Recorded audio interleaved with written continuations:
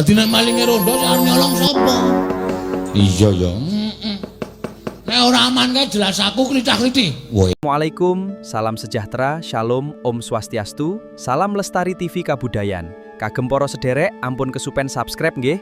Rahayu, rahayu, rahayu. Kok njur metu, Gong. Aku seneng lagu iki, Tru. Iki mengingatkan kepada kita wong ki wajib rondo kampung. Urip nang kampung ki kudu apa gotong royong jaga marang kampunge. Iya. Kampungku ya aman saiki, Reng. Kampungku ya aman saiki, Gong. Padha kampungku ya aman. Aku wis ngerti nek kampungku aman. Mergo malinge aku. Oh. Dadi nek malinge rondo sing nyolong sapa? Iya ya. Nek ora aman kae jelas aku klithah-klithih. Weh ya. Ya wis ora apa-apa nek ngono. Heeh. Apik tenan iki mau anu truk. Heeh. Rondo kampung nganggo ditabuhi rancakane. Kentongan imbal tondo rondo kampung aja wekayo ayo kanca yo cak cak tong tong tong tong dung tong tong urung tekane mbak aja ora lemba rondo kampunge aman nyata ada durjana tek tek tek tek saiki wancine nglilir ngaku mesti nglilir aku bojoku tak kon nglilir kok kono raup kono aku kono raup sikat gigi kono ayo nggo jagani men aja nganti ana apa jenenge iki maling sing trusupaning satru telik Mangendrajala ingkang maradha saka sela-selaning Garut. Waduh, bahasamu angel ditampa. Aja nganti ana maling sing ndelik arep nyolong marang kayane wong liya. Ngono ae malah kepenak, malah para penonton iso nampa meraja saka selaning Garut apa lendut, Pak. Ya pancen bener ngono kuwi ya. Kasusan tenan wis kata-kata sing apik pancen ngono kuwi, ya. Iki sowan ning dusun Kadisesak, Kadilobo.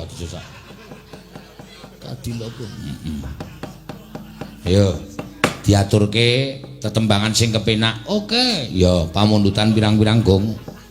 Ana sing nyuwun lagu lelagon. Wah, ayo dicaosi karang ya sing jeneng seniman iki bisa nglipur penggaling para lenggah para pamirsa. Ayo. Ngaturke apa? Ana pamundutan sinom ketoprak. Weh. Ora weh, sinom ketoprak. Sinom. Nula junaku tomo. Sing lanang seniman, sing ladon dodol bensin. Ikete kobong. Aneh-aneh ora. Bakal kene omong waton jeblake. Waton jeblake Pak ya. Ayo nang ngono kuwi idene iki angel terus golek ide iki. Tumrapa wing tanah Jawi janji sabar aja do kesusu. Sawahe jembar-jembar susune lemu-lemu. Ora kualik ta.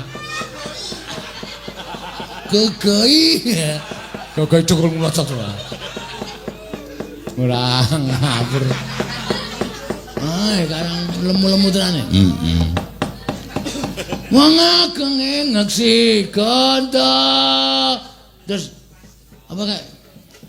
Piye? Nana. Apa jenenge? Tulat-tulit, litat-litut. Tulat-tulit.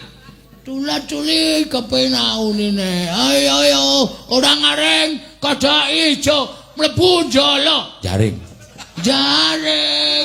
kudu eleng kang peparing.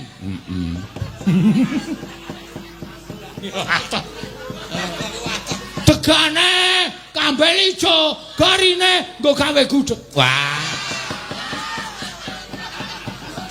tegane kambel ijo bejane sing duwe bojo waton aja loro. Tegane kambil gading bejane sing iso nyanding nanging kudu eling mang peparing. Arine lemu-lemu. Wis. Wah, antil modar ora. Sing nyekar sapa? Ah, coba. Mbak Orisa. Ayo, wah, ayo. Ken mau sembrut wae mergo kontraksi bayake iki nek wis mulai arep ganggu mbokne iki. Kadang kala mbokne iki nek wong meteng tiba-tiba mumet, mual. Heeh. Ya wis ora apa-apa mulane. Heeh. Engko lah kancane do iso gojek dheke ngrasake weteng cenut-cenut.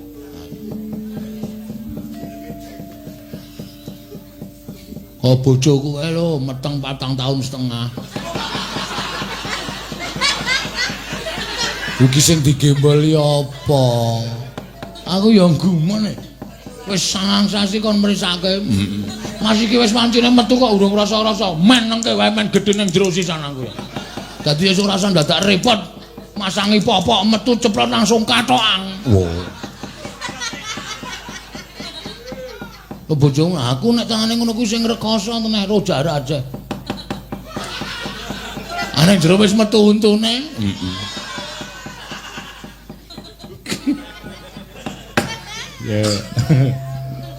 Ampun kesupen subscribe lan dipun tutul gambar loncengipun. Rahayu rahayu rahayu. Lestari TV Kabudayan, nguri-nguri kabudayan daerah.